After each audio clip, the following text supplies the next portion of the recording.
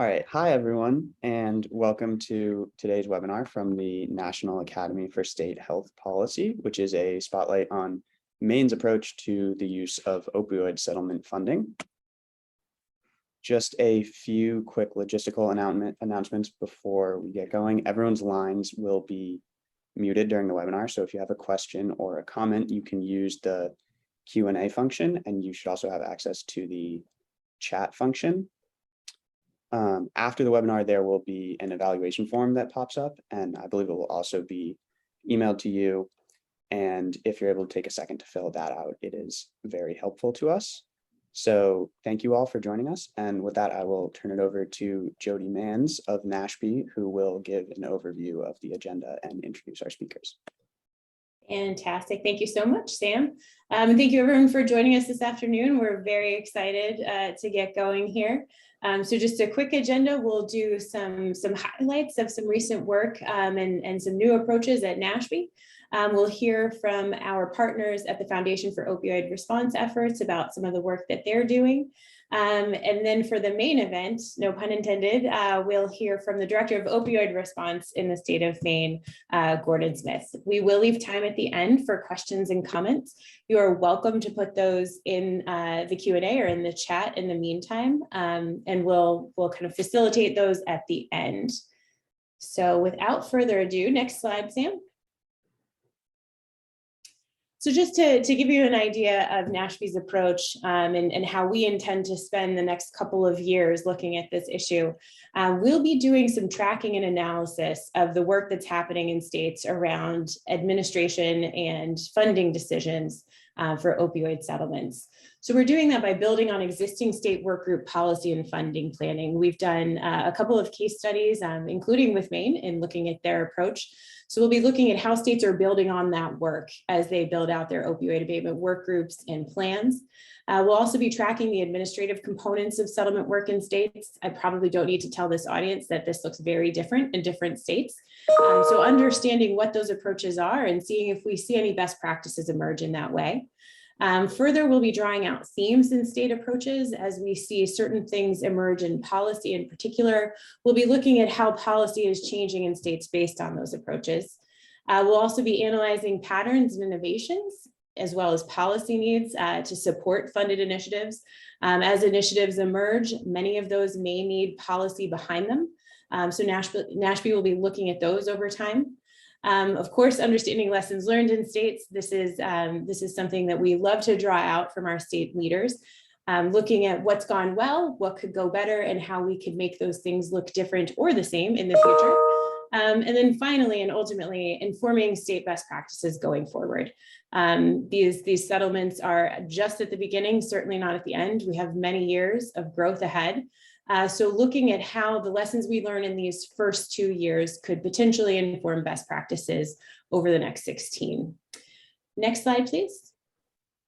So today's speakers, and I will not read these bios, but I assure you they're both quite impressive. We're going to hear from Ken Schatzkes, who's the Senior Program Officer at the Foundation for Opioid Response Efforts. They are NASHB's partner in this work.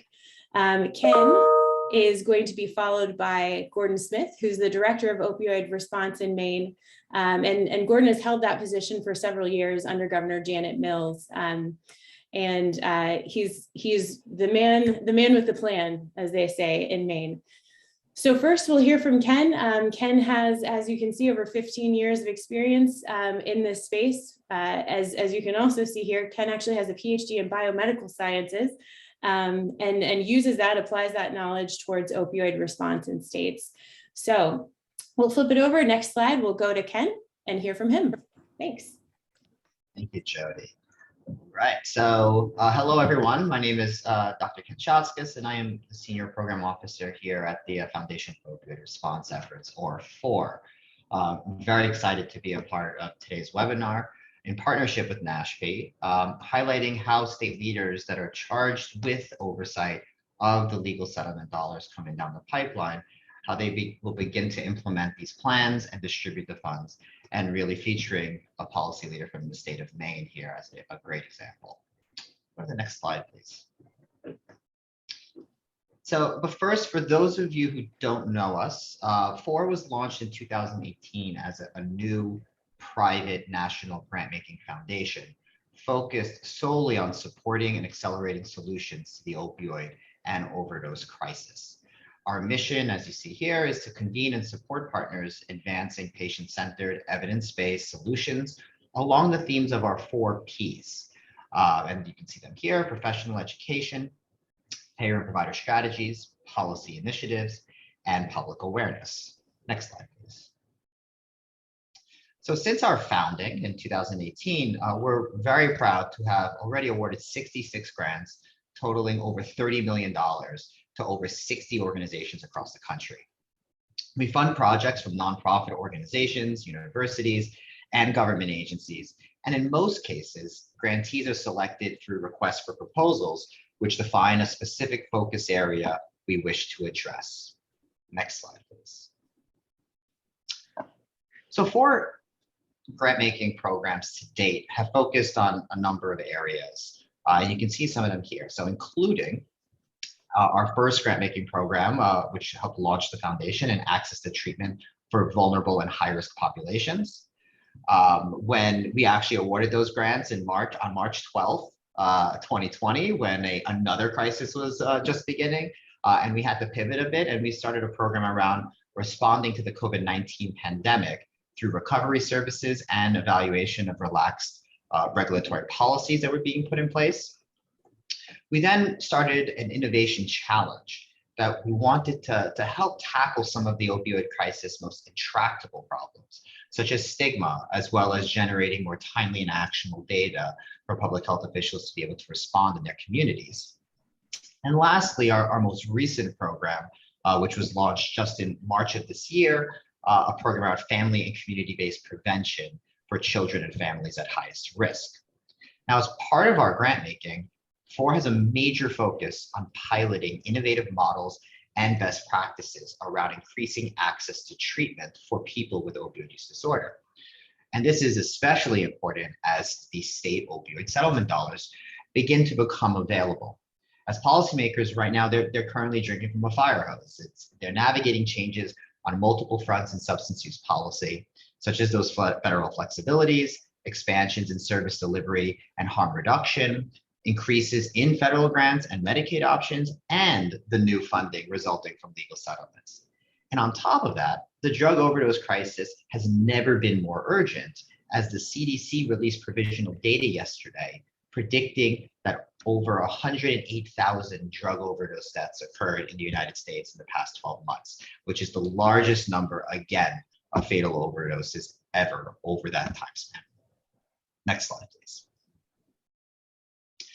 Now, I want to take just a few minutes to highlight the work of 2 of our access to treatment grantees, so our inaugural grantees located in North Carolina, and how FOR sees them as a model for how state leaders can begin to think about how to identify impactful administration of their opioid settlement funds.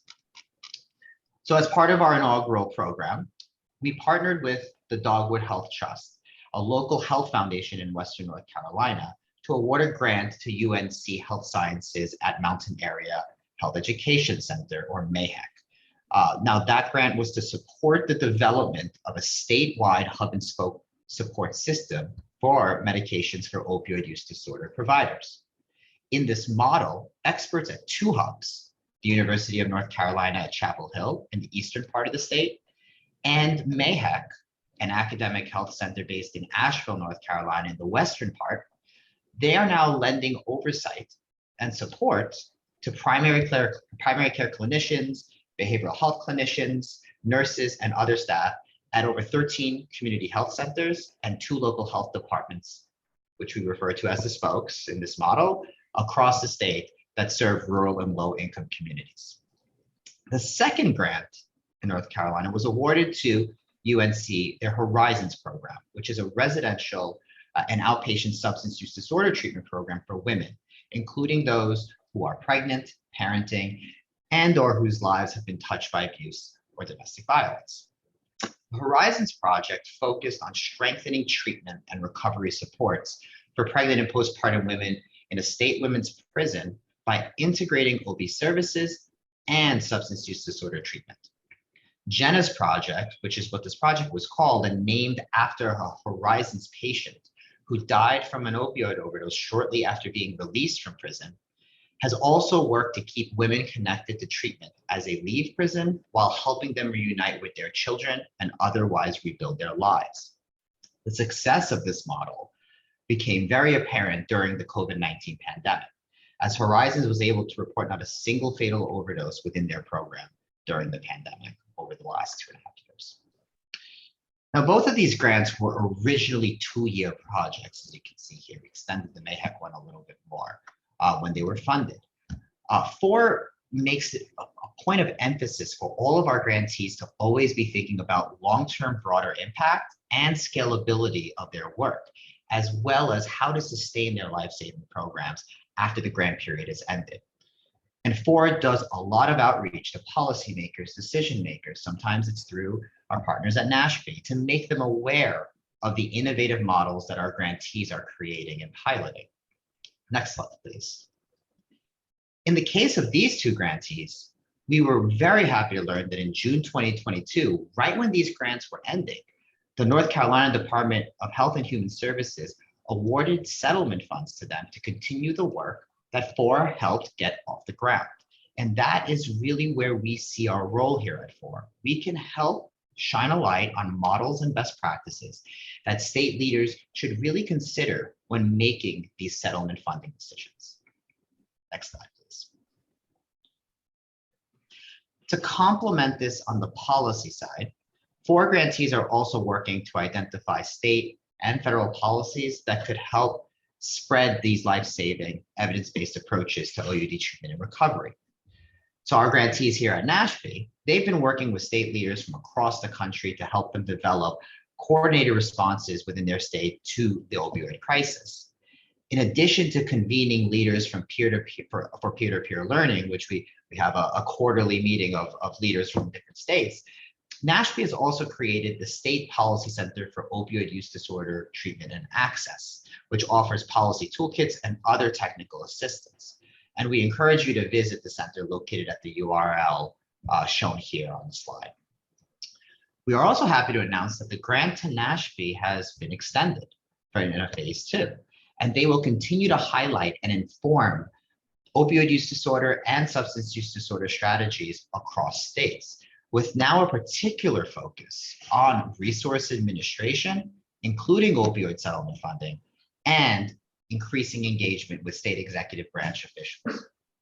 NASHP has already begun tracking how state opioid settlement funds are being administered, including the tracking and analyzing of state approaches to legal settlements.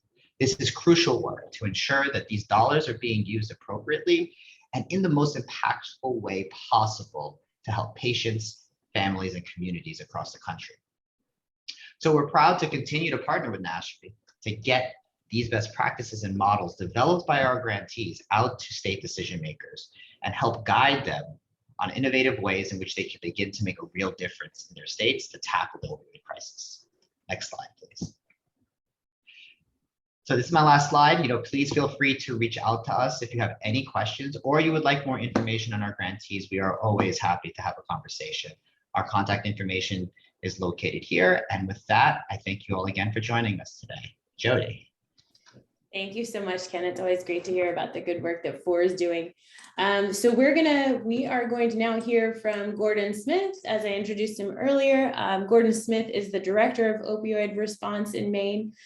He was appointed by the governor a little over 3 years ago, I guess. Now that's where we are in the cycle. And in that role, Gordon's main function is to coordinate across agencies. And those of you in state government roles know just how challenging that can be, but he brings those folks together and works alongside them as they administer funding, develop policy, and put together plans. And he's been a part of the conversation in the state alongside his partners in the Office of the Attorney General on opioid abatement funds for Maine. So with that, I'll turn it over to you, Gordon.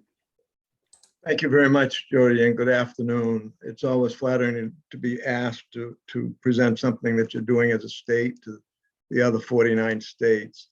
I want to make a few observations before we start the slides. One is that, this is what we're doing in Maine, and I'm going to talk a little bit about what they're doing in Rhode Island to show you some contrast, because I pay particular attention to that state. But I'm not here to recommend that you do what we're doing. I'm just here to tell you what we're doing and what is working here. Each state has its own culture, and that's the beauty of having 50 states or laboratories of democracy. I want to give credit to our Attorney General, Aaron Fry, and the Assistant AGs who represented us in the multi-district litigation. A lot of states used outside counsel and paid contingent fees, and we used 2 very dedicated Assistant Attorney Generals. And one of those, Brendan O'Neill, will continue to work with us as we implement the Maine Recovery Fund and the Recovery Fund Council that you'll be hearing about. The litigation, the multi-district litigation, was very, very complicated. Over 3,000 cases consolidated, mostly in the federal court in the Northern District of Ohio. So I can't overemphasize how difficult this work was, and that I did none of that work. I paid attention to it. We did provide some information consistently to Brendan and Linda Clenty, the other Assistant Attorney General, but I get to now help spend some of the money, but the heavy lifting was really done over a multi-year period by these Assistant Attorney Generals, led by Attorney General Fry, who really began his work and succeeded my boss, Governor Mills, as Attorney General in January of 2019. So about 3.5 years we've been at this. The good news about these funds is that they have to be used, all of them, for opioid abatement of some type, but the work is the parameters of that are very broad, between prevention, treatment, harm reduction, recovery support, law enforcement, interdiction. But lessons were learned from the tobacco settlements. And those of you in public health who lived through that period of time, as I did in my previous career, a lot of that money ended up being spent on bridges and highways and not for their intended purposes. The bad news is that these funds are not nearly as much as the tobacco funds and don't have the same type of sustainability. Most of this money, at least in the major case against the distributors, is paid out over 18 years. I think the Johnson & Johnson money is paid out over 9 years. So to give you some, an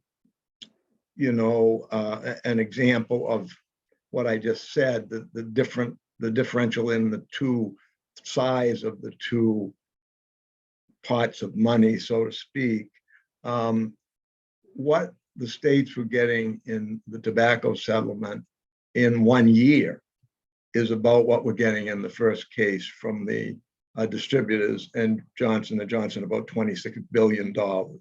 So the bad news is it just isn't that much money. The good news is at least it has to be spent on abatement. So I'll go to the first slide now, but I wanted to give you those observations. Next.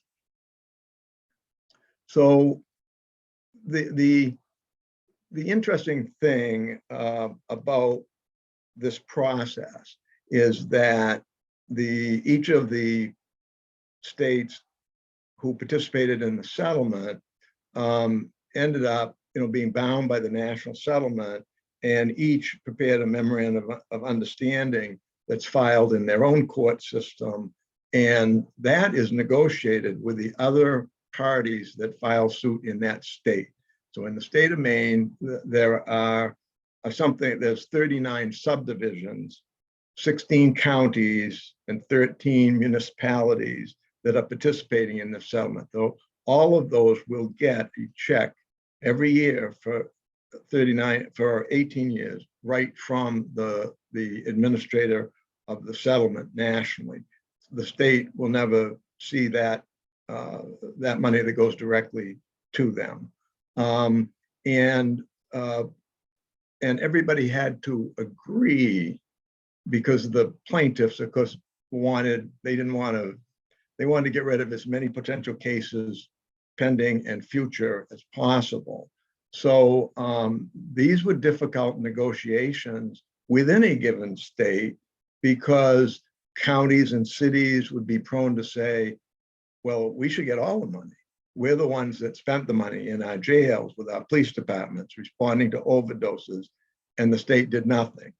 And of course, we bristled at that, because actually the state had done a great deal. But you understand, I give you that example, that this and these negotiations were done with attorneys outside the state, inside the state, and in order to get everybody to sign off, because you got more money if all the parties signed off. And at the 11th hour in Maine, and in most states, everybody did.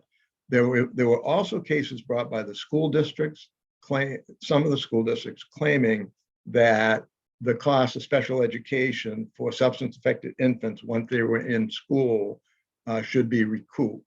And so a little part of our settlement, we did get them to sign off, because they did not directly get money in the national settlement, unlike the other towns and cities that did sue. It's the Memorandum of Understanding is really the definitive document. It had to be agreed to by the plaintiffs, the defendants, but also all of the plaintiffs. And as I say, this was negotiated by the Attorney General's office, and we just recently filed the Memorandum of Understanding in court. It is subject to the requirements of the National Opioid Settlement, so fortunately it's not hundreds of pages, because the Abatement Document, for instance, is shared with all the states, and all the states are bound by it. So the terms in the Memorandum of Understanding also have the same meaning as in the national settlement. So there's a real nexus between the national case, the state cases, and in Maine, legislation that also advanced the dial a little bit. So the Memorandum of Understanding is what created the Maine Recovery Fund and the Recovery Fund Council. And it was and this memorandum is also expected to be the template for additional settlement. I mean, we haven't had any Purdue money because of the Purdue bankruptcy. We haven't had any money from the pharmacy community, the chain pharmacies. We have McKinsey money, we have Johnson & Johnson money coming, and we have the distributor money coming. I think that many members of the Maine legislature who voted for what I'm going to show you in a moment, LD 1722, believe that they established the Maine Recovery Fund and the Fund Council, and they didn't. This was in the memorandum, though the legislation does not take priority over the memorandum. The Memorandum of Understanding, once it's filed in court, is a court document that takes priority over the legislation. But the legislation did, and the legislation only occurred because in negotiating the settlement with the towns and cities, Attorney General Fry agreed that the legislature could add up to 4 additional members of the council. So there's 13 members on the council, 11 originally in this document, but then LD 1722, which the governor ultimately signed, added 4 members appointed by the legislature. They originally had 2 representing the speaker, the presiding officers, the speaker and the president of the Senate. But then those 2 individuals had the authority on the 1722 to appoint a broader group of people. And so they took a look at what we had and then enhanced it with more people in recovery. And you'll see what those requirements are. Next slide. So the council now, this slide really amalgamates both, brings together LD 1722 and the Memorandum of Understanding. So there are 15 people, all have been appointed except the Attorney General's 3 people. And the council, under the Memorandum of Understanding, has to be implemented and meet within 90 days of the court filing. Well, the court filing was really only a couple of weeks ago, but we really hope to get the thing up and running just as soon as Attorney General Fry makes his final 3 appointments. And his 3 appointments are representative of family members or individuals impacted by the crisis, individuals with a substance use disorder or recovery experience, and public health experts. The other appointees are the subdivisions. The towns and cities get to appoint 4 members. Those were actually the first 4 appointed. They appointed a sheriff, a police officer, a county administrator, and the director of the only county health department that we have in the state. I was very impressed with the appointments, frankly. The governor appointed 2 members. I'm one of them, and the other is the Deputy Commissioner of Human Services for Finance, Ben Maine. So the Speaker designated his representative as one of the Representative Lydia Crafts, a state representative, and the President of the Senate gave his designation to an individual who was not in the legislature.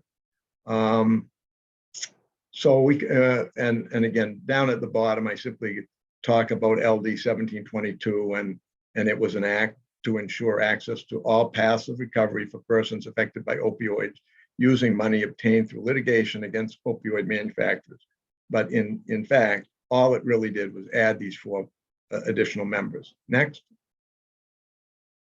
So as I say, this piece of legislation presented by Representative Charlotte Warren, the House Chair of the Criminal Justice and Public Safety Committee, really codifies the Memorandum of Understanding, puts it in statute, adds these 4 members: a medical professional with direct experience providing medication-assisted treatment, representative of reentry services for incarcerated and formerly incarcerated individuals.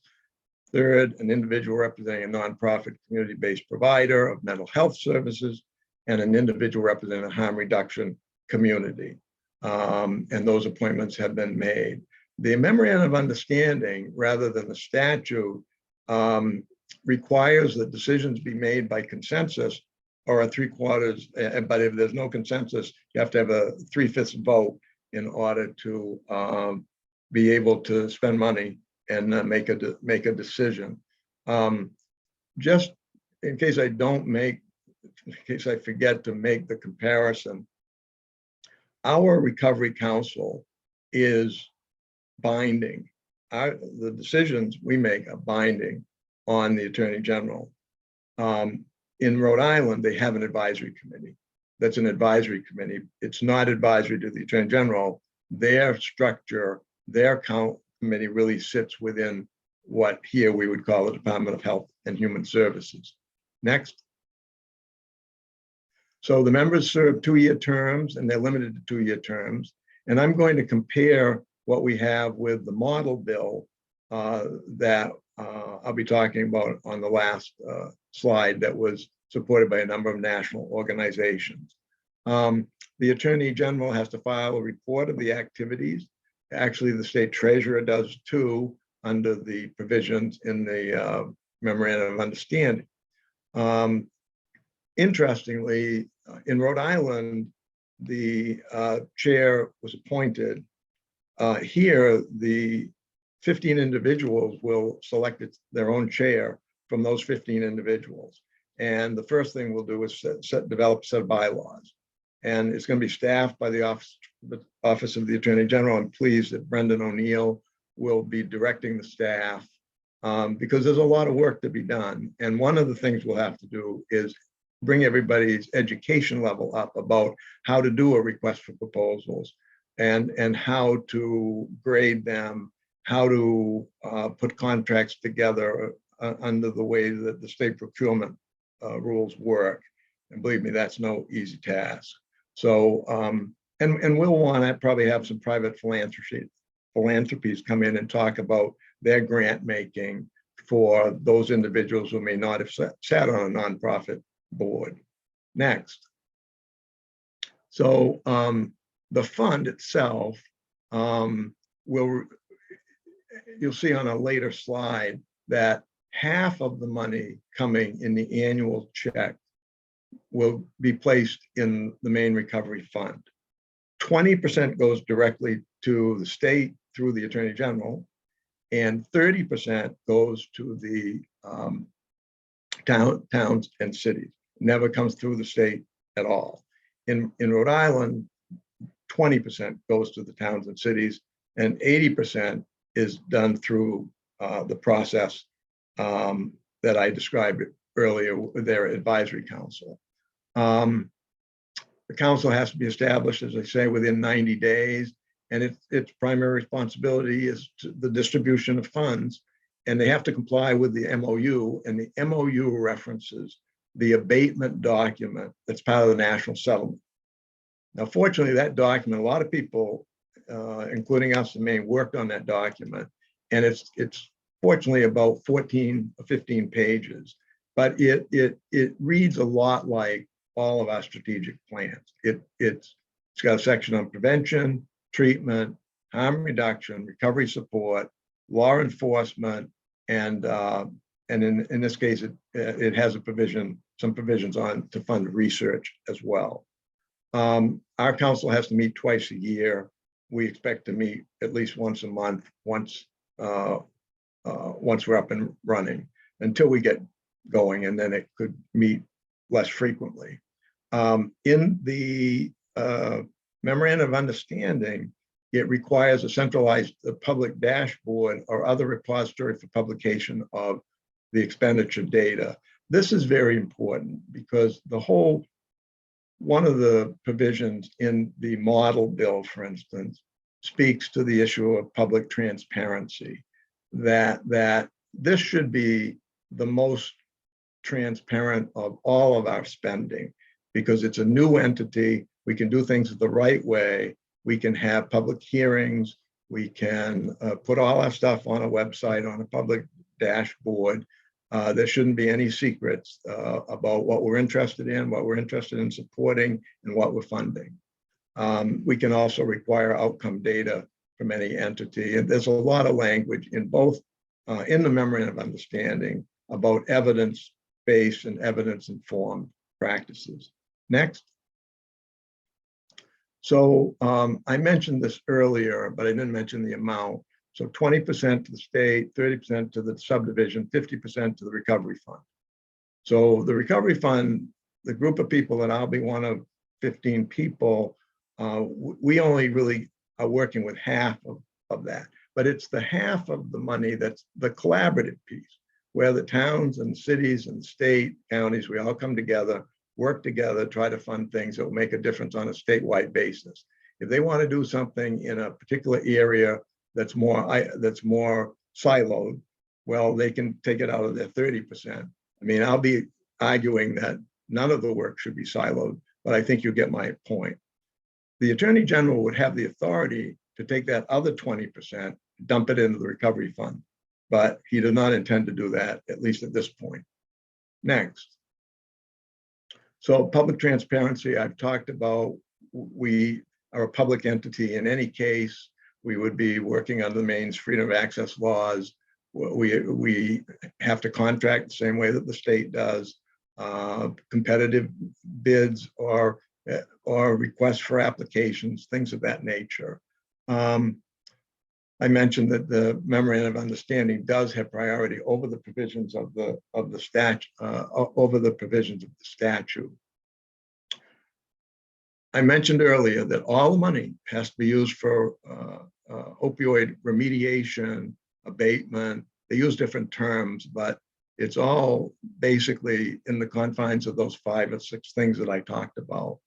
And collaboration. This is a pretty good opportunity to bring in the subdivisions, the counties, and other stakeholders to work on this together. This is new money, and I wish it was more, but at least it's new money, and it has to be used for opioid abatement, and we ought to be very collaborative in how it's used. Next. there's a provision in the MOU that these funds are supposed to supplement, not supplant the existing revenue streams. So you're not supposed to, put some Maine Medicaid funding in there and then save Medicaid the money because now it's going to be funded through this. This should be new things and new resources brought to bear because there is a lot to do, as you know. What I will be looking for as one of the 15 people would be projects with statewide impact. And I'll also be a consistent voice asking them to look at the governor's opioid response plan, which is being updated between now for the second time between now and the end of the year. The dynamic changes, the drugs used changing. There's more information about certain types of treatment. I don't think any plan that's going to be effective in this public health emergency can be stagnant for very long. I'll be trying to avoid siloed activities. I find that a lot, even within state government. And I'll be arguing that we should determine priorities. In fact, I plan to bring to the table at the first meeting an emergency spending plan that would take some of the money immediately and address some urgent needs, partly to impress upon people that as long as we've got 12 to 15 people dying in our state every week from preventable accidental overdoses, we need to focus on that and do everything we can to keep people alive and give them either more harm reduction or connect them with a road to a pathway to recovery and make sure that we have treatment available. So, I have no idea whether I'll be successful, but that's one thing I'm planning to do. So all the activities in our existing strategic plan are within the parameters of the National Abatement Document. There's not one thing in our plan, and we have hundreds of activities there that could not be fit within the parameters of the National Abatement Document. There are some things in the Abatement Document that we don't really deal with in a meaningful way, and research is one of them. And I mentioned that our plan is really heavily focused upon those 4 areas, and so is most every other plan that I look at. Next. So the Model Act was prepared by the Legislative Analysis and Public Policy Association, LAPA. That would be an organization that the Academy is well familiar with. They have an affiliation with Georgetown University, the O'Neill Institute, and they do quite a few model bills. And so they were funded by the White House Office of National Drug Control Policy, now directed by Dr. Gupta, the first physician to run that office. And they funded this group to write a model act. And the priority was for evidence-based, evidence-informed prevention, treatment, recovery, harm reduction, services, supports, resources. It's a very good document. We, in our work with the memorandum, as well as 1722, stayed pretty close to it. There are some differences, but I think in terms of transparency and decision-making, that we're pretty close to the model. Next. That was my last slide. We've got plenty. I think we have plenty of time for questions, and that's very unusual when I talk. So I'm pleased that we're at this point. But thanks for your attention, and I'll turn it back to Jody, who I think is going to maybe Ken. I forget who is going to be moderating the questions and answers. Yeah, you had it right. Thank you so much, Gordon. That was so helpful. It's so good to hear about how one state has approached this. And to your point previously, this is a look at how you're doing things. We recognize that different states have different landscapes, different resources, and kind of different voices that might be shaping what this looks like in theirs. But it's always helpful to see models, and I appreciate your inclusion of kind of being able to contrast with Rhode Island in that way. So we'll open it up for questions for folks. If anyone would like to send anything via chat or Q&A, either one is fine. A couple of questions just to start as folks are thinking about those. And this one is for Gordon, to your point about collaboration and kind of how things should be working across the board. You referenced that you will be perhaps most responsive to requests or ideas that come in alignment with your existing state strategic plan. Are there any specific items that you would really like to see funded in this way that you haven't been able to use other funds for? Well, that's a great question. The needs, honestly, are just enormous.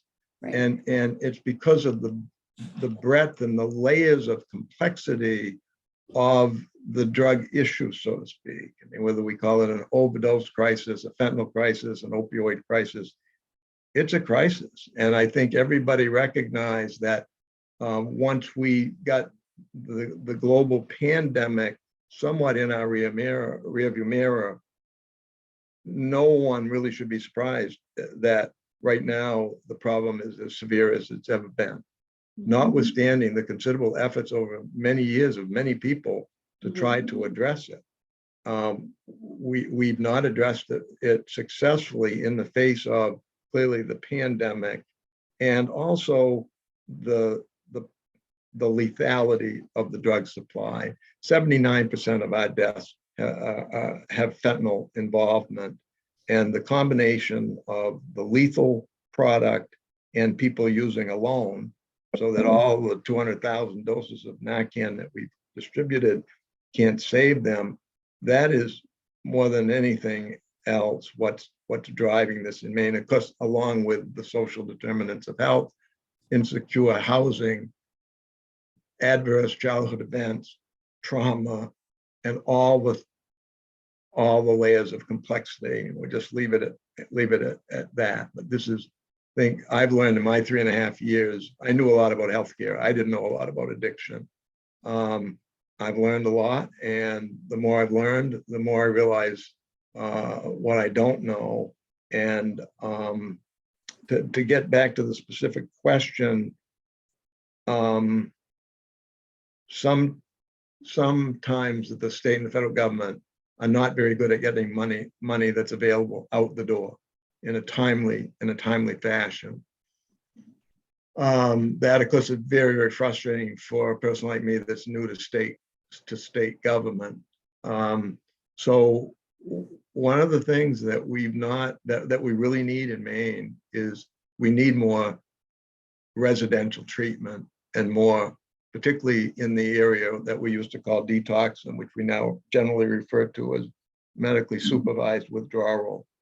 People need a continuum of services. If they've been using heroin for 10 years and are fortunate enough to still be alive and now have a moment of clarity that they're ready for treatment, that they're willing to try it, then we've got to have those things available right then.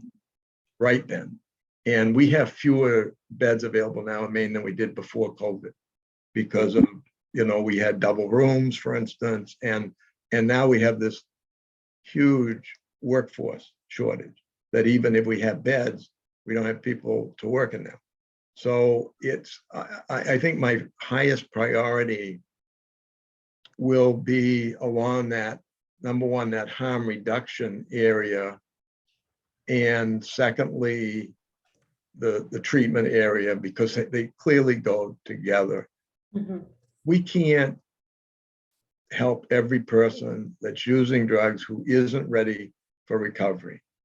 But if a person is ready and we don't have services ready for them, that's on us. And if that person dies because they continue to use while they're awaiting treatment, that's on us. And that's a really high priority for me right now. Mhm. Thank you. That was a thoughtful response, and I think it resonates with all of us who work in this space. The responsibility that we feel to be judicious stewards of these dollars. A couple other questions have appeared here in the chat. This first one, Gordon, I think this one's definitely for you. Will Maine's public dashboard include metrics about the real-time impact that funded programs and services are having on Mainers? For example, number of people initiating or engaging in SUD treatment, number of overdoses, et cetera. And in follow-up, can you please speak to how Maine intends to create the dashboard? Yeah, we have some dashboards now. We're quite pleased with the Maine drugdata.org dashboard, where we put the overdose numbers and what we know about them every month by the conclusion of the next month. Almost no one does it that fast because a lot of states are not willing to deal with suspected overdoses rather than waiting for toxicology tests, which now are taking longer and longer to come back from national labs. So we have 3 dashboards. We have the Maine drugdata.org, we have getmainenaloxone.org, and we have knowyouroptions.me, which has a drop-down menu by county where you can see what resources are available in your county. So we certainly intend to put a lot of data out there. We have a data sharing committee, opioid data sharing committee. We meet, we have a work group that meets every week. I think all the people in my position, we want to sincerely be able to say that our decisions are data driven. There are some real weaknesses in data. Prevalence data is really, how many people are using? How much naloxone do we need out in the community? Our overdose data is very good, and we're one of the few states that also tracks non-fatal overdoses because we are, by virtue of distributing naloxone. But yeah, we would hope that any money that goes out the door would have real data being reported back to us, and we'd put it on the dashboards just as soon as we could. We'll probably use one of the existing dashboards. The CDC, Maine CDC also has an opioid dashboard, and at least we've got the dashboards linked to one another. So you'll likely use one of the existing dashboards to make public this information as well? Yeah, it's almost like 988 being rolled out this weekend. I mean, how many dashboards do you need? Right. And we've already arguably got too many, but at least if they're linked to one another, it's really hard to go to an agency, I'll be honest with you, and say, I want you to shut down your opioid dashboard. Just send the data to the University of Maine Margaret Chase Smith Center, who are contracted to do our Maine drugdata.org site. So yeah, I'm only one vote, and I guess unless I get a three-fifths vote, I'm only one vote around the table. But I would hope that we'd be very transparent, and maybe people want to have their own website, but I don't know why we'd spend our precious money. I just want the money to get to the people and the places that can do the most good.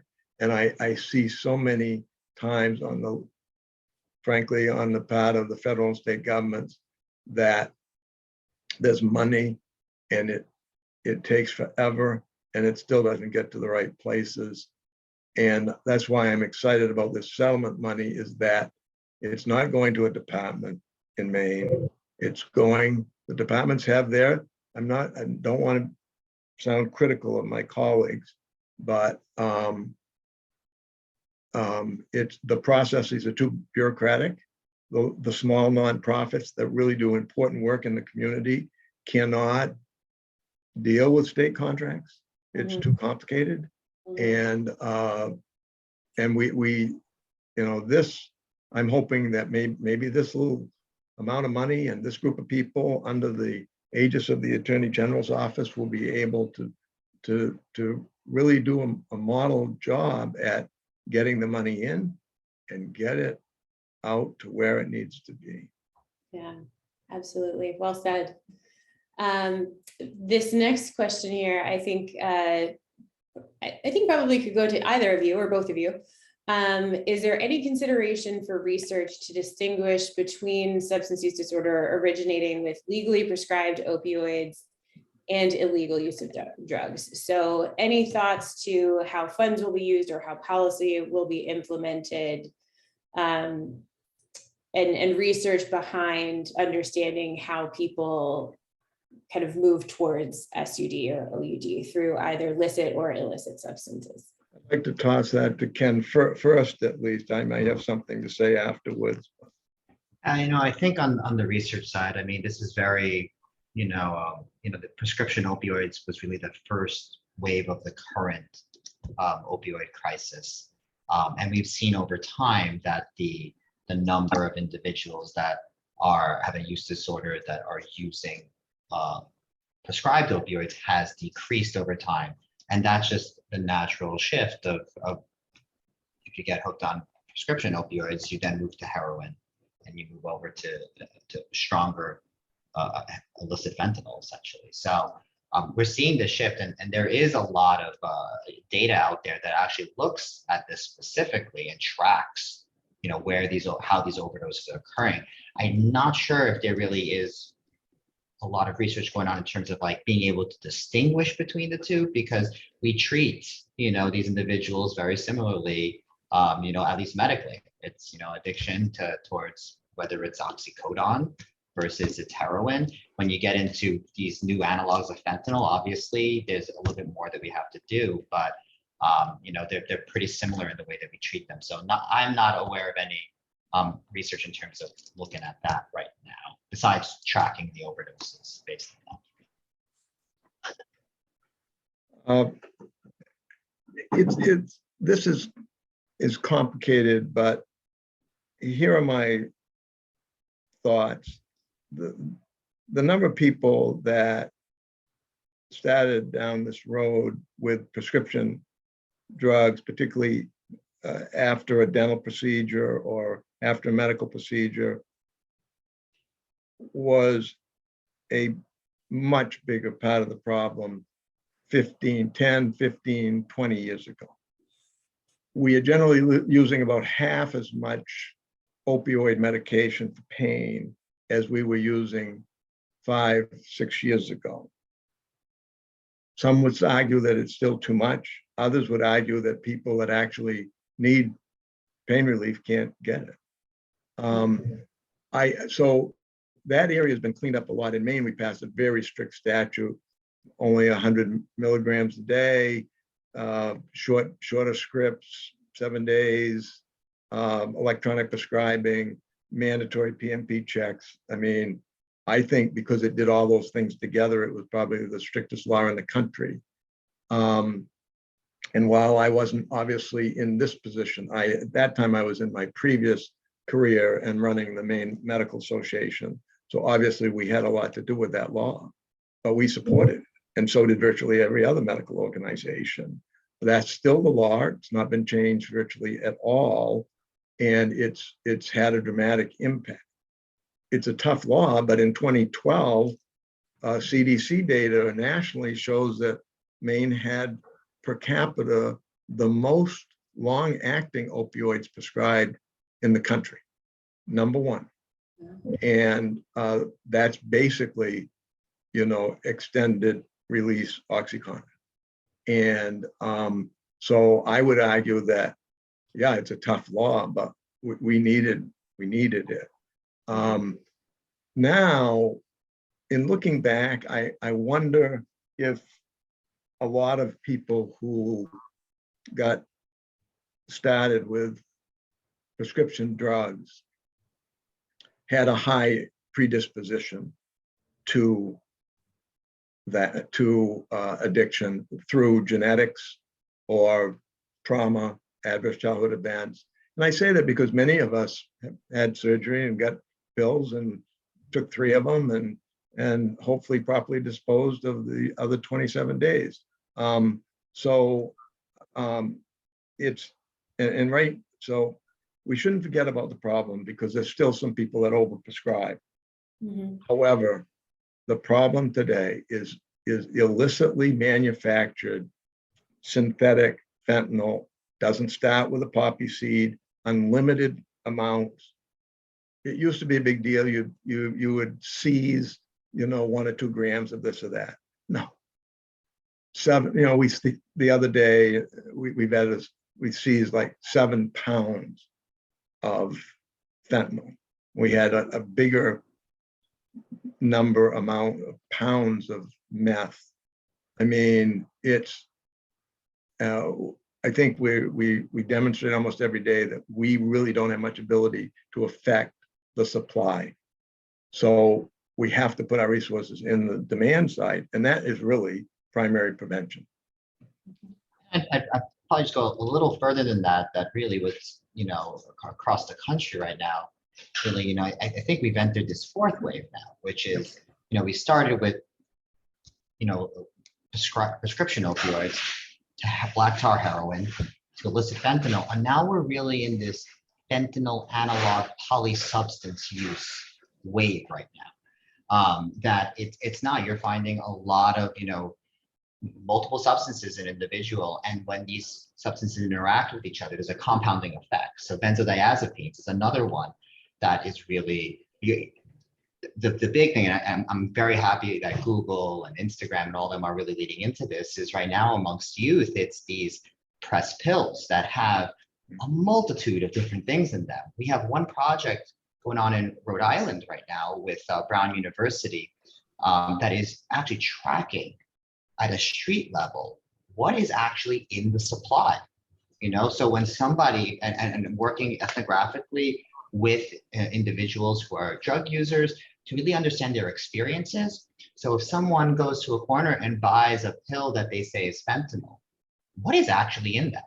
And what they're finding is that there's, in some cases, over 20 substances in there, from tramadol to methadone to acetaminophen and just over-the-counter medication. So really, I think, on the supply side, as Gordon said, I don't know if we can get a handle on the supply side and really affect it. I think it's more of an awareness of what is there and what we can do to protect ourselves. And that's really where harm reduction comes in, and why that's a principle that may work very, very well right now in this environment.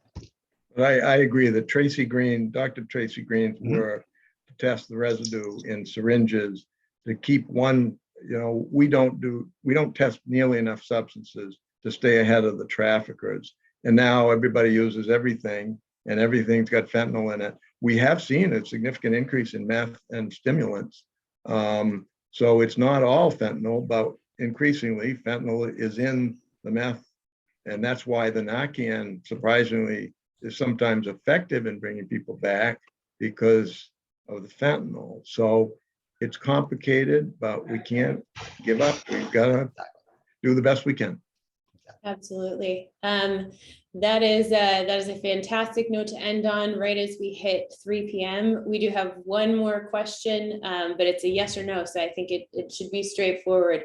So Gordon, can you tell us, are there options for Mainers to test their own drugs?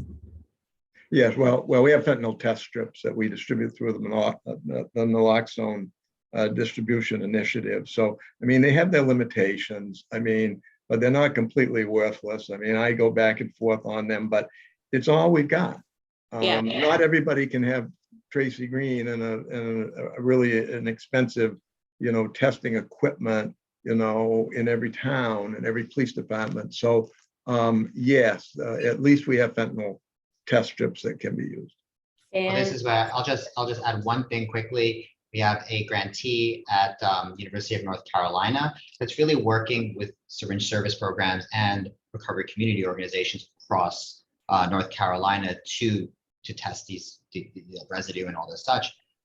But he's working with university labs across the country to develop protocols, because these machines, these mass specs and everything are already there available, and most of the time they're sitting there.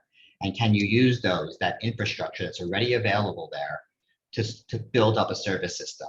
And I know he's working with other states. So if people are interested in Maine in being a part of that research study, just please reach out to Navarin Dasgupta at UNC, and he can help get things started. Fantastic. Well, thank you. Thank you, Ken. Thank you, Gordon. This has been great. So many good resources, such good discussion. We will be sharing the slides and the recording on the NASHB website if you'd like to get in touch with either Ken or Gordon with further questions, or if you have any follow-up, please feel free to access those. But thanks again to our speakers, and we'll see you next time. Everyone take care. Thank you. Thank you.